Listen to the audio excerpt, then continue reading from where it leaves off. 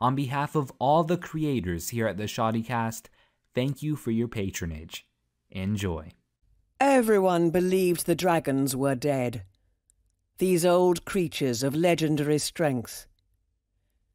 Many believed the great serpents of Thedas were hunted to extinction by Clan Pentagast, the dragon hunters of old. Yet here they are. They continue to devastate the countryside, and anywhere their wings take them, death is sure to follow. What should have been a magnificent age, a sun age, is now bloodied by their return. While some see the dragons as a glorious sign, others see them as an omen of evil. Nevertheless, their mere presence marks this age with violence and upheaval, a period of death and rebirth. No one knows what exactly is to come, but every age has its wars, its tragedies, and its victories. This will be no different. Welcome to the Dragon Age. This is Thedas, a land continuously ripped apart by the races and religions that have permeated throughout its history. At its beginning, its enlightened citizens were deeply rooted in magic. The ancient kingdom of the immortal elves, Elvenan, ran across the mass of Thedas, practicing arts and holding knowledge that modern-day scholars could barely fathom possible. But as the humans pushed from the north and into the continent, so came the Quickening, an event that removed the elves' immortality. And as war and tyranny imposed upon the rule of the elves, culture and knowledge was lost. In the modern age, their people are scattered and left dissolute. The Dalish elves roam the lands, grasping at what little knowledge was left from the old empire. The truly lost, forced to live in alien ages, the slums of cities. Or worse, as slaves.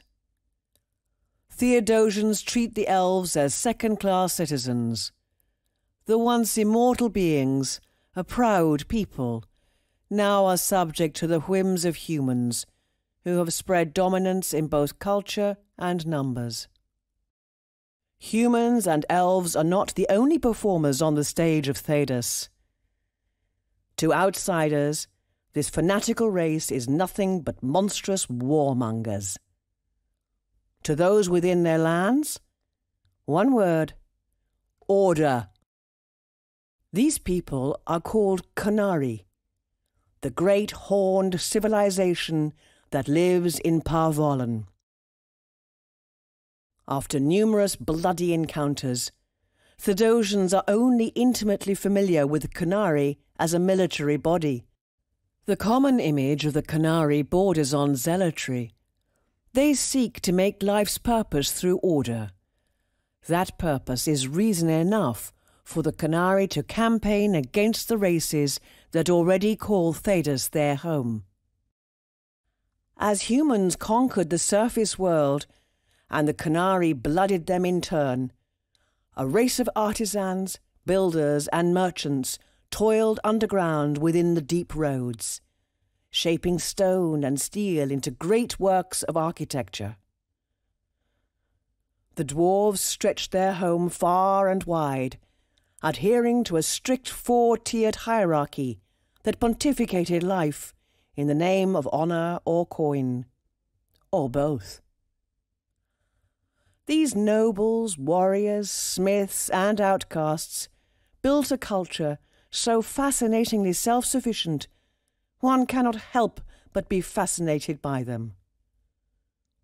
The dwarves are crafty in their resilience and influence, but many of their proud cities in the deep roads have fallen to matters dark. For deep underground, darkness stirs, an enemy to all things living, regardless of race or origin. That enemy, the aberrations of flesh, are called darkspawn, and with the darkspawn comes the blight. The chantry teaches us that the first blight was caused by man, by mages who dared enter the Golden City, the house of the one god called the Maker. The chantry teaches us that the first blight was caused by man, by mages who dared enter the Golden City, the house of the one god called the Maker. In their greed, the magisters tried to capture the Golden City, but instead were cast out, changed and corrupted. Carrying the taint, a festering sickness of the blood that manipulates the body to decay, they became the first darkspawn.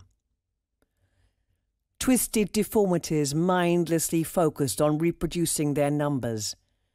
The darkspawn taint the ground beneath their feet, turning the lush surface world to dust. By call of the archdemon, they inflict an unfathomable amount of destruction and death. Take heart, though, because like any story worth telling, evil has those who would oppose it. There exist self-sacrificing heroes who endeavour to stop the darkspawn from infecting others. You see, if not for the Grey Wardens, the flame of life would have been extinguished on Thedas long ago. To stay alive in this world, the sword and bow are close companions. Battle is a way of life. Masters of it hold the most power. Even the tongue and quill are weapons. But magic? Not every nation shares the same view on the practice of the arcane arts. Some celebrate magic and hold it as a defining factor of those in power and politics. Other nations believe that magic must serve man and suppress magic for the safety and security of non-magical users. And in extreme cases, societies bind and chain magic only for use as weapons of war. For many, magic is taboo. It draws those who use it closer to the Fade, the metaphysical realm where spirits and demons dwell. Wars have been won and lost over its use, and the more Thedas is pulled into chaos, the closer the Fade gets to being pulled into reality. These tears in the veil? Well, they are a story for another day. For now, know this. The land lies rich in stories and history. As Thedas has persevered ages through constant strife, its tales have also persevered. Join us as we travel the land and visit its inhabits, nations, religions, and cultures. See the wondrous land of Thedas through its people's eyes, and discover for yourself the Dragon Age. Everyone believed the dragons were dead, these old creatures of legendary strength. Many believed the great serpents of Thedas were hunted to extinction by Clan Pentagast, the dragon hunters of old, yet here they are. They continue to devastate the countryside, and anywhere their wings take them, death is sure to follow. What should have been a magnificent age, a sun age, is now bloodied by their return. While some see the dragons as a glorious sign, others see them as an omen of evil. Nevertheless, their mere presence marks this age with violence and upheaval, a period of death and rebirth.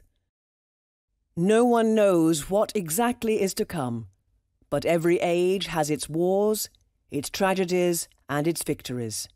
This will be no different. Welcome to the Dragon Age. This is Thedas, a land continuously ripped apart by the races and religions that have permeated throughout its history. At its beginning, its enlightened citizens were deeply rooted in magic.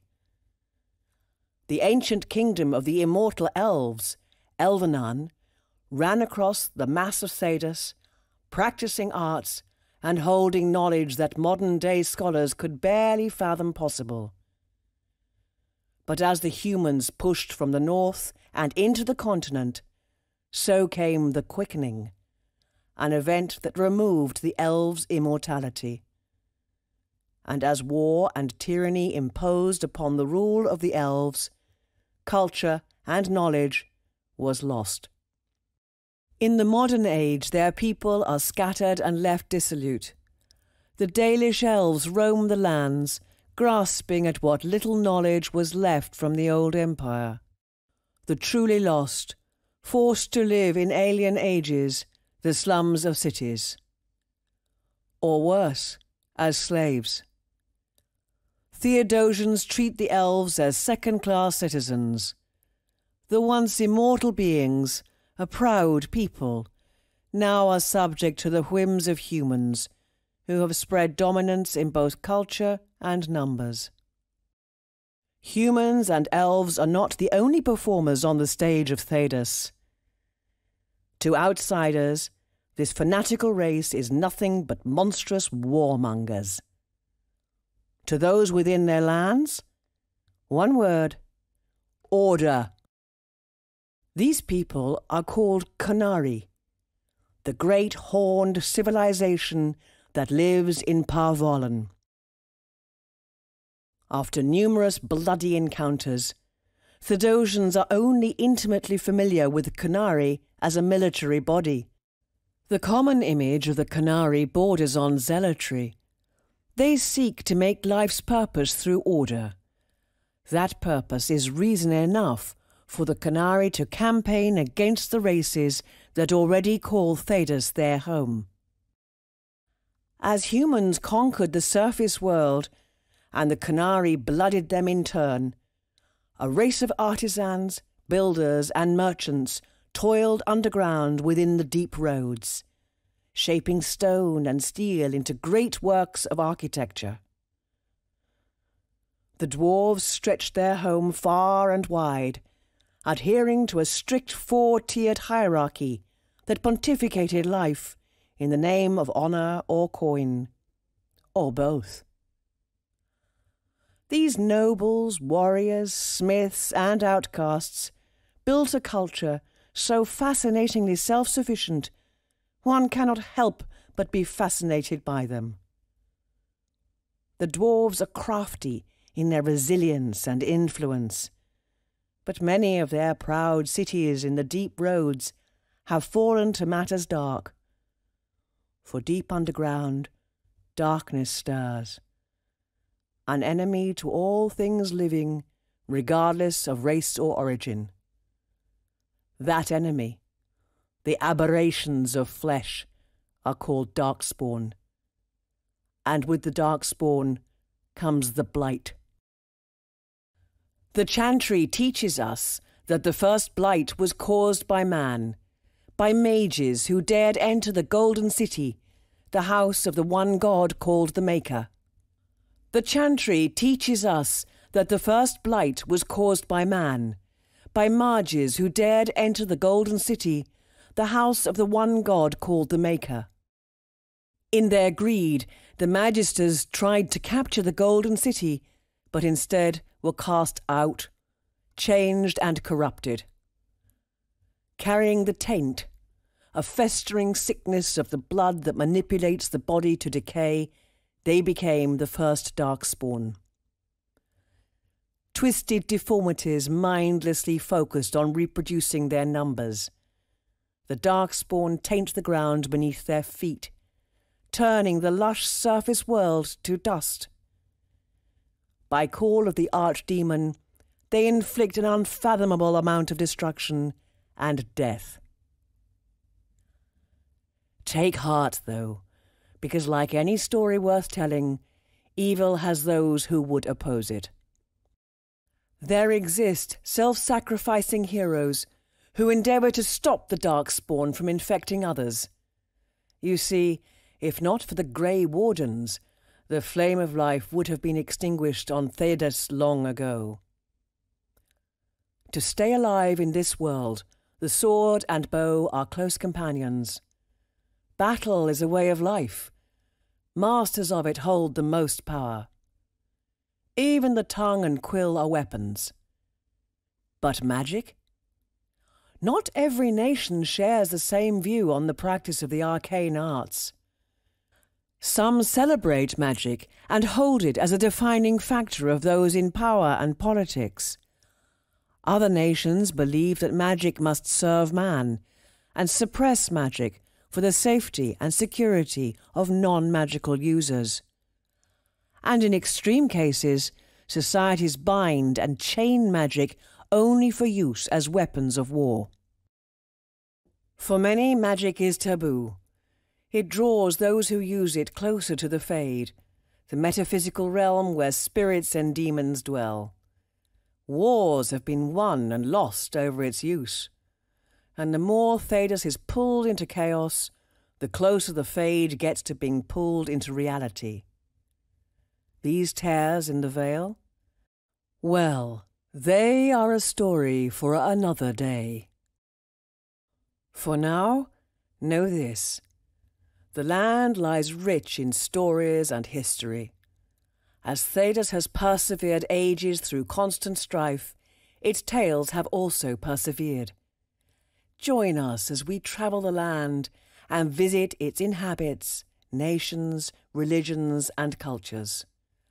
See the wondrous land of Thedas through its people's eyes, and discover for yourself the Dragon Age. Chapter 1. The Elves. On the surface, elves are of modest height, with agile bodies, big eyes, and elongated ears. Underneath, they struggle with a long and tireless history, smothered by ages of warfare. While the first to walk Thedas, the elves have lost what place they have in the world. Ages ago, the elves ruled Thedas. Under the empire of Elvenan, with Arlathan as its capital, the immortal elves reigned across the span of today's Orlais and Ferelden. Its culture was great and inspired, embedding itself gloriously in the fruits of magic and knowledge. But in a time long ago, humans migrated into the continent from the northern islands. The new tribes met the elves with hostility, and in their interactions, the quickening came. Elves reportedly lost their immortality and quickly distanced themselves from the invaders. But as they fled, the humans overtook their deserted lands and conquered the elves. If not slaughtered, they were made slaves. And as humans learned to wield the arcane force of magic, the elves were their first blood sacrifices. As the elves' time was lost, so was their pride, culture, and way of life. Only during the time of Andraste, the prophet who openly condemned the tyranny of magic, did the elven people gain a glimmer of hope in reclaiming a part of their old lands, the Dales. Shartan, an elven disciple of the prophet, rallied slaves under Andraste's banner. Although they were successful, winning the Dales was a momentary victory, as years later the Chantries sanctioned an exalted march, a religious war against the elves that caused irreparable horrors which would echo between elven and human relations for ages to come. In the Dragon Age, little has changed since war scattered the elves across the lands. On one side, the Dalish grasp at what knowledge they can discover about the old elven empire lost so many years ago, in hopes of restoring their culture back to its glorious roots. On the other, the city elves struggle to make ends meet by dwindling in poverty. What was once a proud people now languishes in obscurity. The Dalish clans are overtly proud elves who continue to hold the old days of Arlathan dear to their hearts. In recovering what was lost through artifacts and knowledge, the Dalish seek to recover what was of the old Elvenan Empire.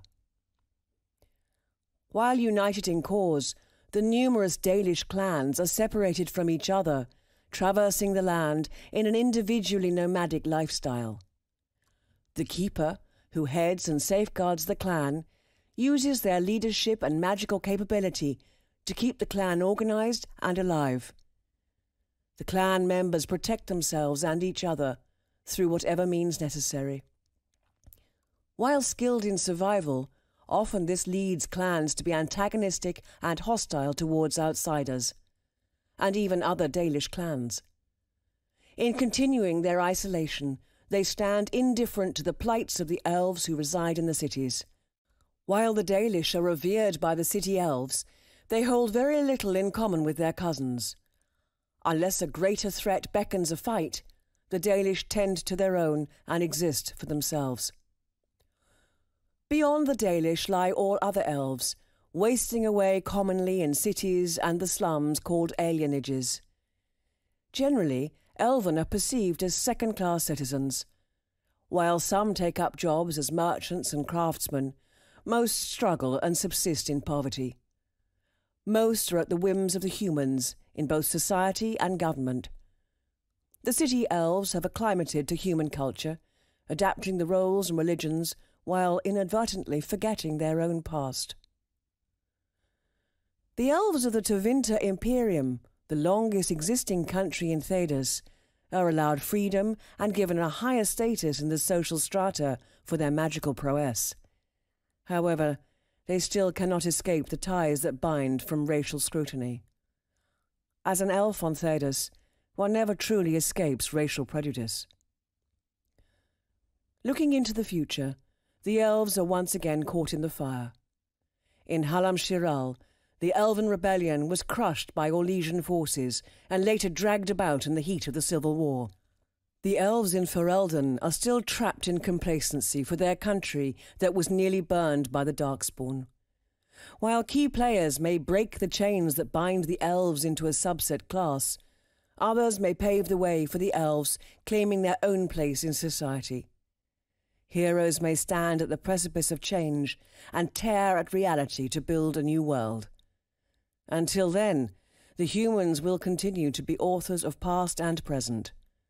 Thedas is theirs now, and they command its future, for better or worse. But that is a story for another day. Chapter 2. The Humans. Humans are not the strongest, nor the wisest. They are not all the richest, nor the cleverest. However, with their great numbers stretching across Thedas, as well as their dominating role in the land's history, humans are the norm, the majority, the most varied, and the most influential. But where did these humans come from? And why do they control the livelihoods of millions? No one remembers why. Scholars believed humans first migrated from the northern islands, though their origins and reasons for moving are unknown. The first human tribe to enter Thedas was called the Neramenians. As the Neramenian tribe grew large and overtook the elves, its majority later separated into 3 tribes that created their own individual kingdoms: Barinder, Carinus, and Tevinter. The separation was temporary, as the tribes later banded together under one banner, the Tevinter Imperium. While Tevinter did not remain the sole human power across the centuries, they persist in the modern age. With more infighting and bitter wars, the human race splintered and continued to expand and occupy the far-flung reaches of Thedas. Ferelden, Orlais, Navarra, Rivain, Antiva, the Free Marches, Tevinter. The common factor? These current-day nations are dominated by human citizens. While these countries have consistently allied, fought, and bickered with one another, or themselves, it's to the surprise of many scholars why the human race continues to thrive. Despite differences in their various societies, humans are bound to share values like religion and rule of law. Faith is the core of human morality. It is also what drives some Thedosians mad. Humans comprise the greatest number within the Chantry, a religious organization with the belief in the one true God named the Maker. While 2 types of the Chantry exist, the Andrastian Chantry and the Imperial Chantry, humans as a whole believe in or incline themselves to practice in the worship of the Maker. The Templars and Seekers, military factions acting underneath the chantry, are made up of humans as well as the clergy. Despite kings and empresses and the highest of nobles, the one thing most share is worship of the Maker. On the other hand, when it comes to matters of magic, not everyone is in agreement. Some humans believe that magic is, by the chantry's teachings, meant to serve man, not rule over him. Oppositely, the humans of Tevinter have built their entire civilization on the full and free practice of magic. Depending on the wielder and intent, magic is the greatest and most terrible force on Thedas. By command of the Andrastian chantry, humans within nations like Orlais and Ferelden have imposed their own magic-restrictive culture against others, especially the elves. In stark contrast, those of the Imperial chantry glorify the use of magic for all within their lands, placing preferred status on humans with the ability to wield it. While not all have an absolute stance, humans are the loudest and most dominating when it comes to opinion for or against magic, and forcing specific ideals on societies.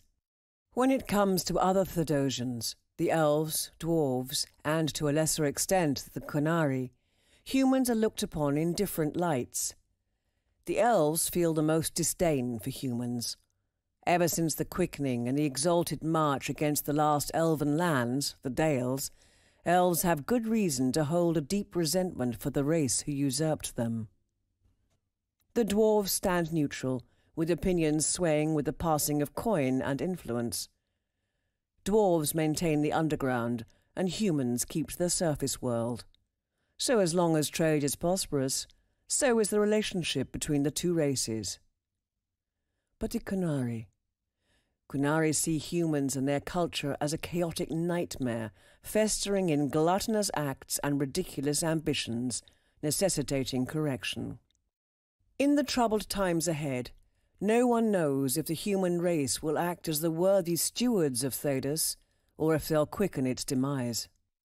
With the mages and Templars at each other's throats, while those who have strongly believed in the chantry challenge its truths, roles of leadership will need to be readdressed, and, in some situations, overtaken. But that is a story for another day. Chapter 3. The Dwarves. Self-sufficient, self-reliant, dwarves are a proud race with a strong sense of honour and desire for coin. Despite their lack of height and magical incapability, the dwarves are arguably the most efficient and resourceful race. Their efforts in trade and military have been integral to the livelihood of Thedas. Underneath the surface world, the dwarves once thrived in numerous thags, cities holding families and communities across all of Thedas. These thags were connected by the tunnels called the Deep Roads. Over time, the tainted darkspawn overran and blocked those passages. After years of progressively being forced out, the dwarves made their homes in two central locations. One is Kal Sharok, the once hailed capital of all dwarven civilization, and now an isolated city. The other is Orzammar, the thriving dwarven metropolis and home to many known dwarves walking the continent. In Orzammar, not all dwarves are equal. In this monarchy, beyond the royal family, society adheres to a caste system. At the top is the noble caste, the highest echelon of Orzammar's societal body.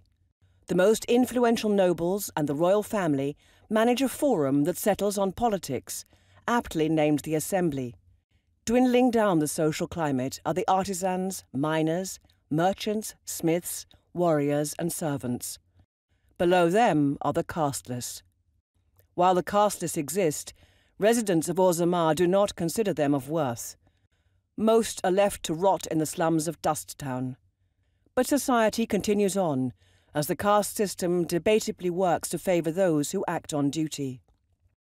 Dwarves do not believe in deities the same way humans and elves do. Dwarves revere the stone, the earth they originate from, and which provides resources, like ore and lyrium, to keep civilization alive. Dwarves believe they are born of the stone, and at death they return to her. Instead of gods, dwarves honour the strength of those, both living and dead, who have proven themselves worthy. These heroes have paved the way for progressing dwarven civilization, whether that be through their strength, intelligence, or craft. As such, they are remembered throughout the ages, given the name paragons. The greatness of one dwarf's accomplishment is hailed higher than any god. History remembers them, and today's dwarves recount their tales. In preserving what history the dwarven people have, the Shaperit is an archive with members in charge of recording knowledge for past and future. 3 types of Shapers exist. The Shaperit of memory, the most known and common Shaper, governs and collects the most poignant events of each age. The Shaperit of stone holds an upkeep of everyday records, such as marriage and work. The Shaperit of golems technically exists, but it is no longer managed, since golems are no longer created. Unlike the elves of old, the dwarves keep their history mostly intact. While an ongoing process and not a perfect collection of events, the memories of the Shaperit hold the most long-standing records to date. But the dwarves would not be alive with their long-standing history if it were not for their warrior caste, and even more so, the Legion of the Dead. The Legion of the Dead is an organization that only exists for the sake of defeating Darkspawn. Because of the dwarves' presence underground, they must constantly fight back against these monstrosities that inhabit the deep roads. The Legion sacrifice their lives in pursuit of protecting other dwarves, throwing themselves against the encroaching evil that continues to push into Orzammar. At times, the military will also fight the Darkspawn in campaigns. It is through their efforts that dwarves continue to live their lives comfortably underground. In the modern age, the state of dwarven affairs is shed in a different light. Although they continue to tirelessly fight against malevolent forces underground, a new threat arises. Now that demons pour forth from the Vale, Thedas is in danger.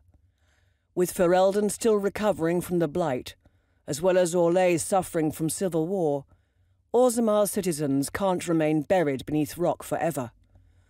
With the need for more hands to combat such recklessness, more dwarves may be forced to join the other nations in their fight on the surface. But that is a story for another day. Chapter 4: The Nations. The most powerful nations in Thedas are ruled by humans.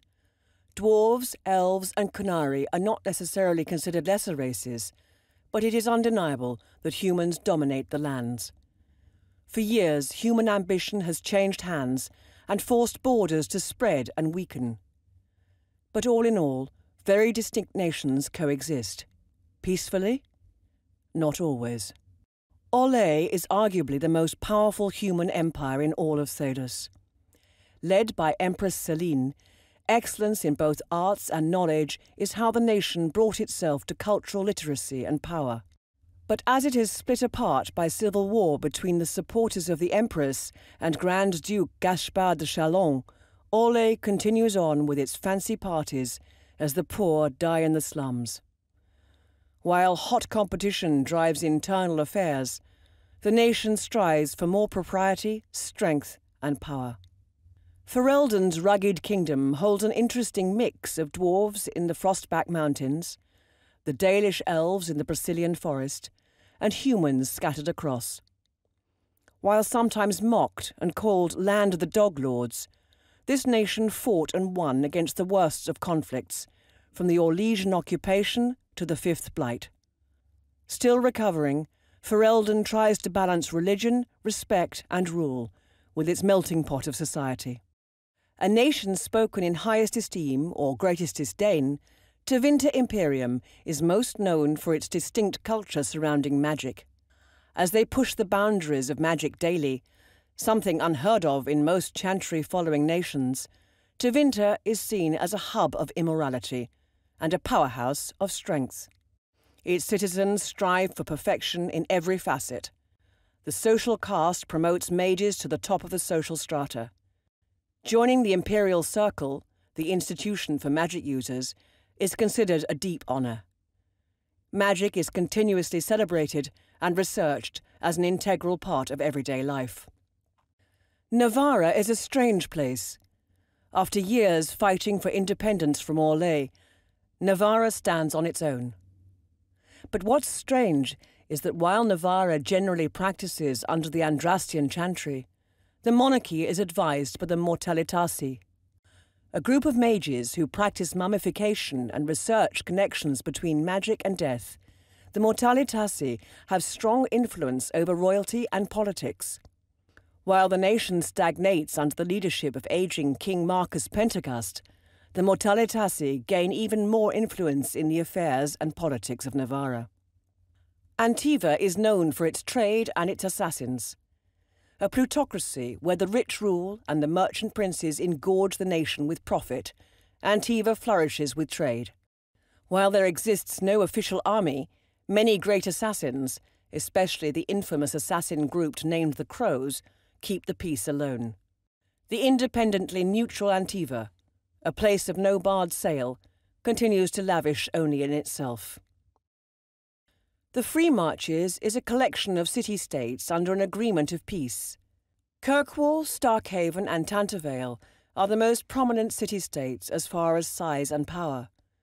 But Kirkwall earns its popularity through the Mage-Templar conflict igniting at its circle, the Kunari occupation, and the infamous story of Hawk, the champion of Kirkwall.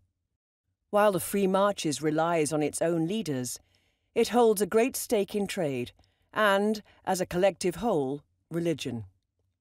The Anderfell's kingdom is one that has bathed in blood for ages. Darkspawn blood, Orlesian blood, Tevinter blood, and so forth. Many have fought over this nation. While considered a monarchy after years of war, the nation's growth is severely stunted in comparison to other nations in Thedas. Only religion drives the Ander that live here. The country is isolated in comparison to the rest of the world, and with rumours of another blight rising here, the Anderfells may suffer again. The Grey Wardens have built their main headquarters here, Weishaupt. Parvalen is not a nation, but holds one of the most formidable civilizations, the Kunari. Inhabiting the archipelago, the people follow the religion called the Kun. The Arishok manages the military efforts, the Arikun dictates the roles of each Kunari in society, and the Arigana handles the economic livelihoods of its citizens. These three, formed as the triumvirate, embody Kunari society. For all these nations, most are ill-fitted to deal with any wide-scale threat. Many act against each other, summon chaos within themselves, or pursue their own monetary ambitions. To set aside these differences will take great measures. Whether change should come through religion or politics, one thing is for certain. Magic will undoubtedly take centre stage, like it always has. But that is a story for another day. Chapter 5. Magic. Magic is celebrated. Magic is hated. While one can set fire to a village, another can cure the most fatal of wounds. It can save countless lives, or serve as a powerful catalyst for the most depraved acts. Magic is a frighteningly wonderful thing.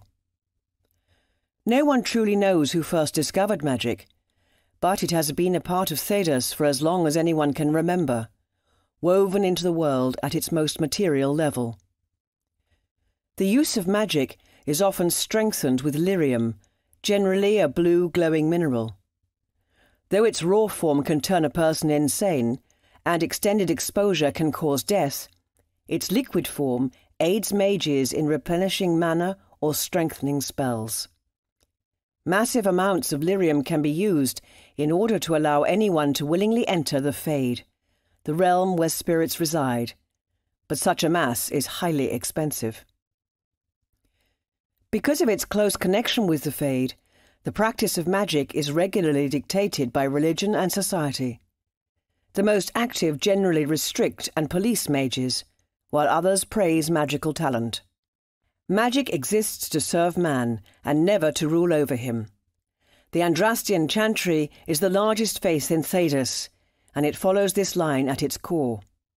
Arcane ability is restricted and isolated from society for the protection of its users and others. Those found with magical talent are sent immediately to a circle of magi, an isolated location of magical learning which researches under the protection of the chantry's sanctioned group named the Templars.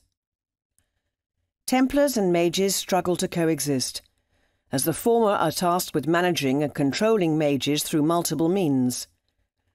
Templars take a phylactery, a small vial of blood, from new initiates who enter the circle. Phylacteries are used as a way to track a mage's location, a method of blood magic deemed necessary by the chantry. As mages reach a certain maturity with magic, they undergo a test named the harrowing. A mage proves their capability to control their magic and refuse the will of demons. But if they fail, mages are made tranquil. Tranquility is a ritual that Templars use to remove a mage's power. Though it draws away demons looking to possess mages, it robs him or her of all emotions. A tranquil has a will of their own, but without passion to achieve any ambition. Many who oppose this practice question if the life of a tranquil is a life worth living, and for that, mages within the circle question their will and power in a society constantly afraid of who and what they are. Starkly opposite, the Tevinter Imperium revels in magic. Magical skill dictates social status, as the Imperial Chantry and all Tevinter openly practice it. In the Imperium, it is a privilege to be invited into the circle of magi. The nation is debated as the best hub for magic. However, those magic users within the Altus and Latens social classes suffer from hyper-competitiveness. Tevinter's prowess in magic is debated as the most advanced within Thedas, despite their inability to share knowledge among themselves. Navaran culture has a long history of the Mortalitasi, a group of mages that revere the dead through mummification. They are also known to dabble in necromancy. However, they are accepted as advisors to the nobility and royal family. Sometimes you don't need a nation, but knowledge passed down from generations long lost. Keepers, leaders of Dalish clans, train in magic unique to their people.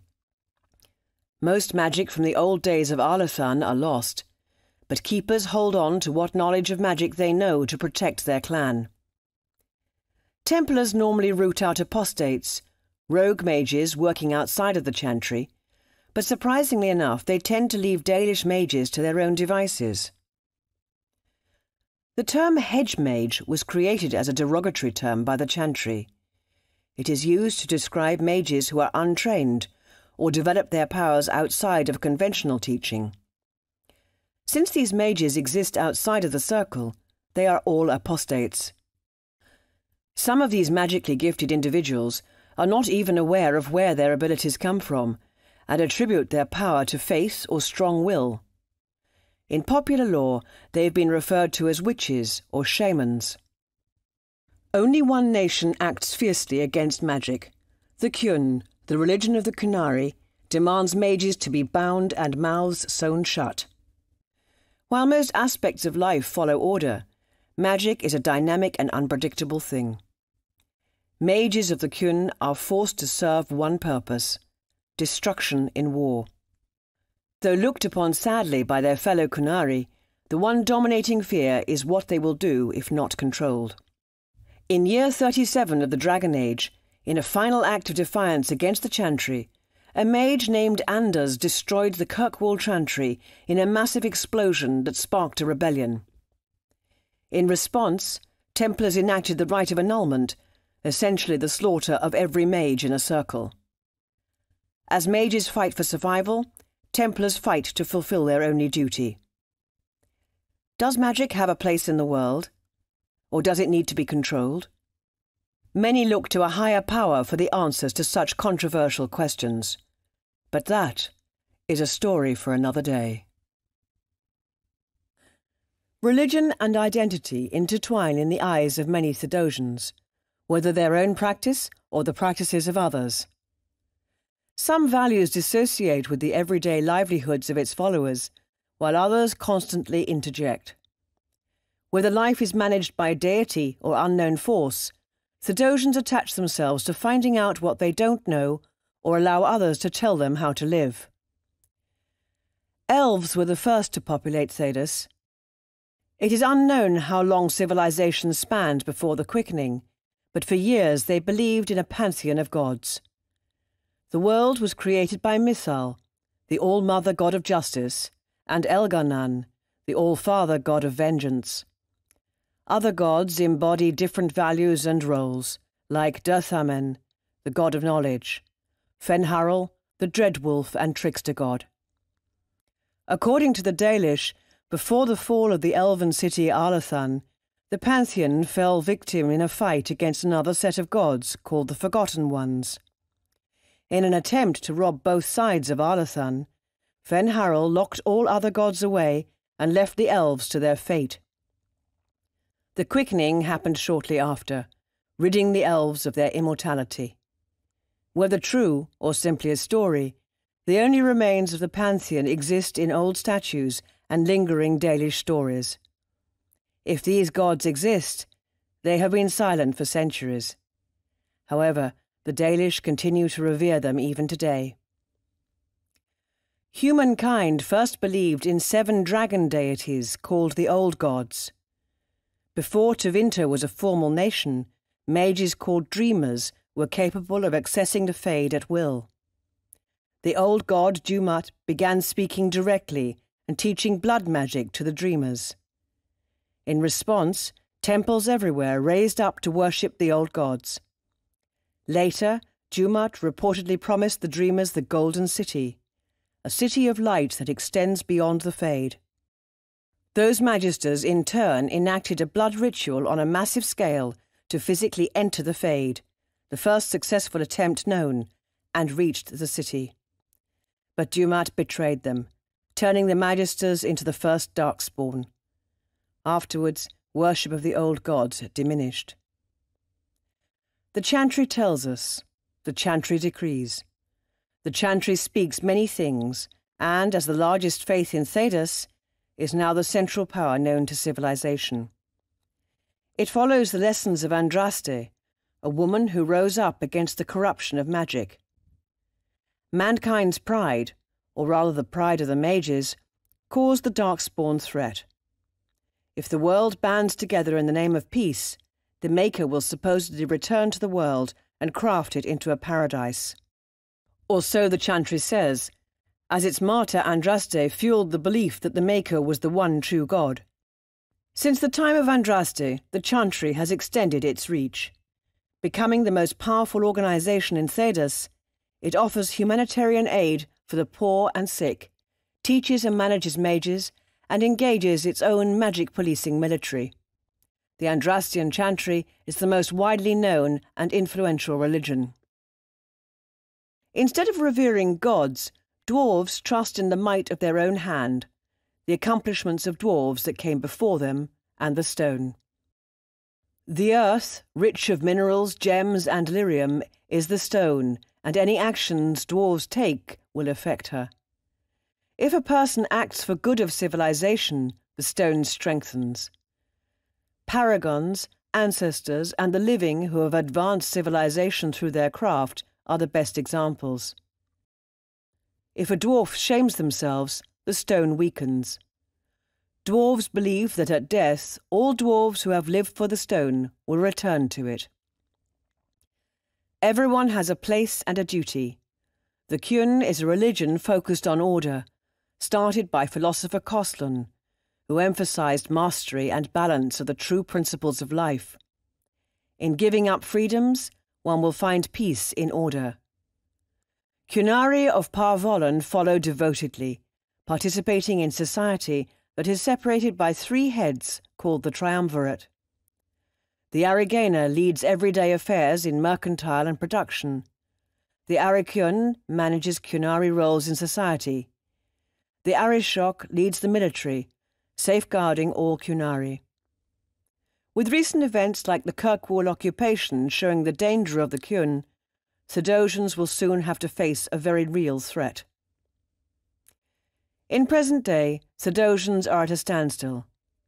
With the rise of an unknown entity named the Elder One, more citizens lose their identity and faith.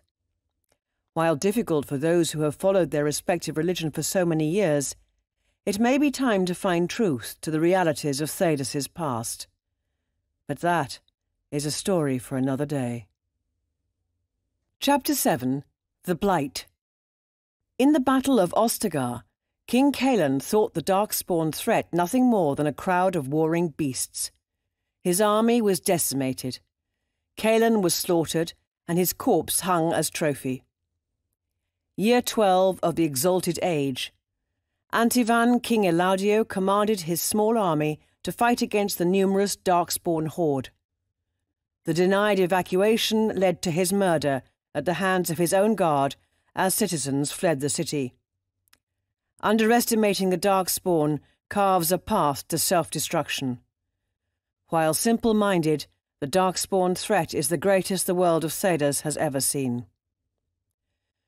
Darkspawn are corruptions of flesh, combat-ready and instinctively murderous. They sustain and live off the taint, the disease that flows through their blood. While their weapons are of crude make, numbers alone attribute to their success. They kill without prejudice, without tactics, without thoughts of the repercussions.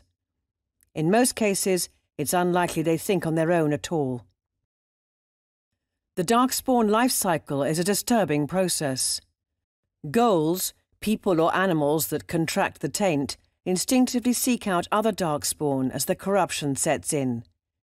They abduct and taint women into brood mothers if a female ghoul isn't already found. The race of the brood mother before conversion will determine what kind of Darkspawn she reproduces. Dwarves spawn Gemlocks, elves create Shrieks, humans bring Hurlocks, and Kunari birth ogres.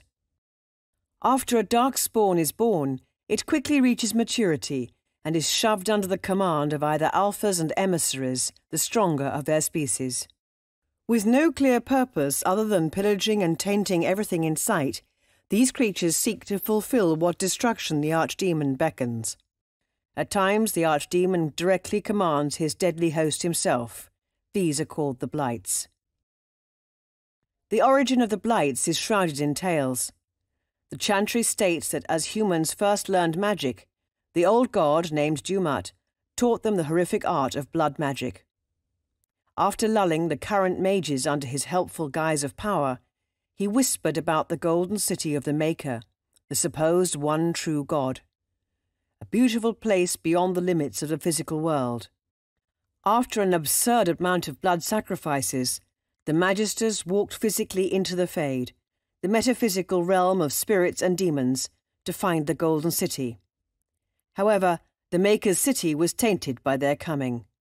As punishment for their hubris, the Magisters were cast out as the first Darkspawn. The Makers imprisoned all 7 old gods, deep into the earth. But as the old gods slumbered, they called. Continuously, for years, the Darkspawn sought the root of the archdemon's sweet call, and tainted each old god into infected dragons now called the archdemon. And with this monster at the front, the blight begins. But this is only one version of the tale. In the Dragon Age, the champion of Kirkwall, Hawk, travelled to the prison of an ancient magister, Corypheus, and heard an alternate story. Dumat betrayed the magisters by saying the city was for the taking, but the golden city was already tainted black. Dumat fooled his loyal magisters into contracting the taint. No one knows the true story of how the blight started, but with the amount of destruction inflicted by the Darkspawn, its origin is trumped by the need to end the blights. In war, victory. In peace, vigilance. In death, sacrifice.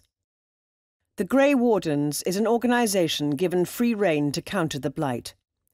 Through the Joining, a blood ritual involving ingestion of darkspawn blood and lyrium, Wardens gain power to track and counter the darkspawn threat, but at a cost. Taking in tainted blood also reduces a Warden's lifespan. They start to hear the thoughts of darkspawn and the archdemon, and it worsens with the taint's spread. Before the end, they journey on their calling, a final act where the Warden goes into the deep roads to slaughter as many darkspawn as possible before death. Sometimes mages will become an abomination, a state where a demon possesses a mage host and die destroying the darkspawn. The calling is a noble end for a Grey Warden, and their lives are seen as the highest of sacrifices for the good of all kind. The darkspawn undoubtedly need to be stopped. With the possibility of 2 or 3 blights in the future, the Wardens must stay vigilant to counter the spread of the taint.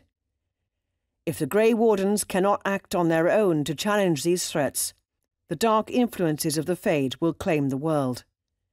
But that is a story for another day. Chapter 8. The Fade. Where dreamers come to build, spirits go to rest, and demons long to feed. The metaphysical realm beyond the world of Thedas is referred to as the Fade. Mages draw from its power. Spirits and demons indefinitely languish therein. But for all the coin and blood that has been poured into research, the most esteemed scholars of the day struggle to describe the true nature of the Fade. The Fade itself lies beyond the physical world, a place where many spirits and demons make their home, while only the most gifted of mages can feasibly visit.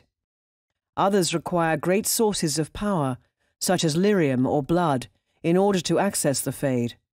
The spirits that reside there are usually benevolent beings, but demons are much more confrontational. The geography of the Fade has never successfully been mapped, though ages ago magisters from the Tevinter Imperium attempted the feat. While they did successfully catalogue more than a dozen demons and several hundred spirits, with the Fade always changing, the Imperium's efforts proved futile. Other than the rigid rocks and formations that float about, only one island maintains its location, but is always out of reach. Even the most powerful demons stray away from it. The Chantra's faithful once called this black, isolated place the Golden City. The Chantry believes the Fade to be where the Maker formed all of creation. The Golden City resided within the Fade before it was reportedly tainted by the magisters who first physically entered it. But such is only hearsay, as the only ones to physically enter the supposed city of the Maker were all cast out as the first Darkspawn. Dreamers, mages enabled with the gift of bending the Fade to their will, are the only visitors who can feasibly enter the Fade. Others may be able to shift on a small scale, but not to the extent that dreamers easily build.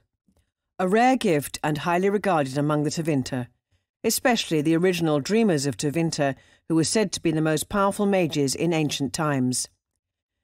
Dreamers are highly susceptible to the whims of demons, unless trained or honed in their power. Only dreamers can manipulate the Fade. All others are merely visitors. Sometimes entering the Fade is part of tradition, or forced. At the Circle of Magi, a mage reaching maturity in magic undergoes a ritual called the Harrowing. The mage enters the Fade alone in order to test if their will and magic is strong enough to withstand demonic possession. While some spirits will simply reconstruct and manifest a mage's thoughts in the Fade, some demons will prey on desires and nightmares to fool those conscious visitors into the demon's will. Not every mage survives the test, as some become abominations and harbour a demon within them. These poor souls are consequentially killed by Templars. It is a trial by fire, and the Harrowing is but one of the known traditions involved with the Fade. While humans and elves are expected to roam the Fade, dwarves and Kunari are never seen there. Considering they have a natural resistance to lyrium and cannot dream, dwarves are expected to not be able to join the Fade. Kunari also claim they cannot dream and never visit the Fade. Although mages exist within the Kunari, as no Kunari has been reported seen in the Fade, none can refute their claim. Others view the absence of dwarves and Kunari as a denial of the Maker's blessing, while others just see it as a lack of magical talent. The veil, what's often seen as either a barrier or transition between the real world and the Fade, is the link between worlds. While some scholars argue that this is not a physical barrier between this side and that side, when weakened, the veil permits a passageway between realities. A human may follow to the Fade. Alternatively, a demon may venture into the physical world. Large-scaled events such as deaths concentrated in one place, like a battlefield, can deteriorate the veil. It's important to keep weak gaps in the veil strengthened, or else face catastrophe. Much of the Fade is still unknown. While mages continue to borrow from its power and scholars observe its presence in the physical world, everything is reactionary. If both the physical world and the Fade were to collide, almost no nation would be able to stop the chaos. But then again, that is a story for another day. Epilogue. The Inquisition. An organization dedicated to a singular purpose, the Inquisition answers to no man, no nation, no god. In the span of Thaddeus' history, only 2 Inquisitions exist. While their goals are not identical, their power and dominance over the other nations of Thaddeus are world-changing. The First Inquisition focused on one goal: removing heretic mages from the world. As nations recovered from the Blight, the Inquisition took full liberties into policing mages where they saw fit. Records show that some citizens felt their reign tyrannical, while others saw it as considerate justice. While it spared and safeguarded innocent mages, the Inquisition casted a fury of vengeance upon its enemies. After establishing itself properly in Thaddeus, the Andrastian Chantry bridged a long-standing partnership with the Inquisition. The Navaran Accord was signed in year 20 of the Divine Age, and called the Inquisition to act as the personal military for the Divine. The Inquisition split into 2 groups: the Templar Order and Seekers of Truth.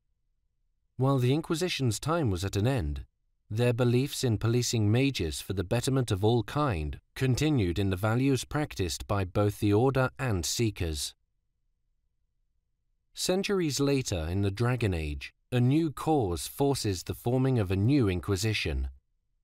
The Chantry holds a peace talk in the village of Haven, the religious landmark of the Ashes of Andraste, in order to bridge negotiations between the rebel mages and Templars, who have been fighting against each other since the Kirkwall Rebellion in year 37.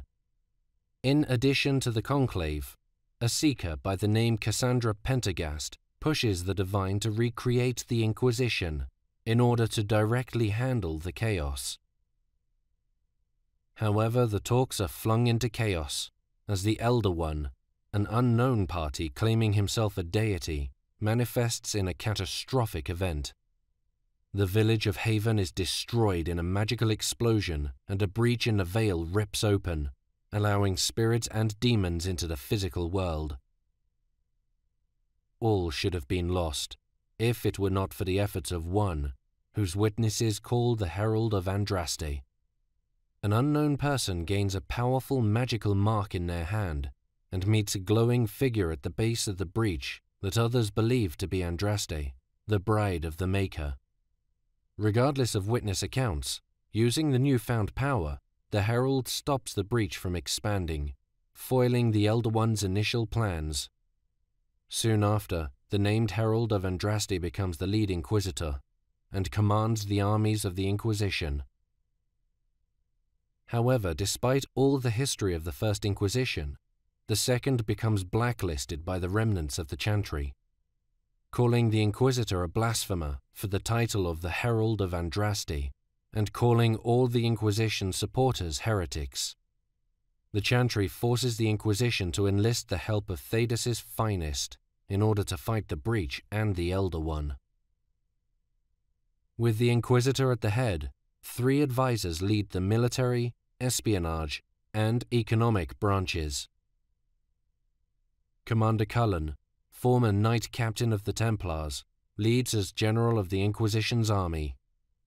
A survivor of the attack at the Ferelden Circle, rebellion of the Kirkwall Circle, and the reign of the former Knight Commander Meredith, Cullen has seen the best and worst of mages and Templars. Leliana, hero of the Fifth Blight, Sister Nightingale, Left Hand of the Divine, and among many other titles, acts as spymaster for the Inquisition. Trained as an Orlesian bard and saved from death by the current Divine Justinia, her role in helping the hero of Ferelden end the Fifth Blight has honed her skills for the good of the Maker and all kind. And Josephine Montillier, an Antivan noble and backbone of the Inquisition's diplomatic relations.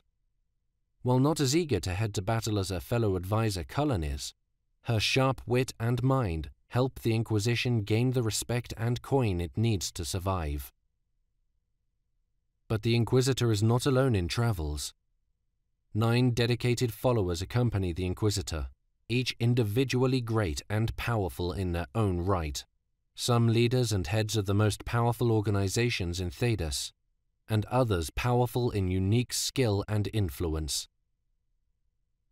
Seeker Cassandra Pentagast, the right hand of the Divine and warrior from the great dragon hunter clan, the Pentagasts.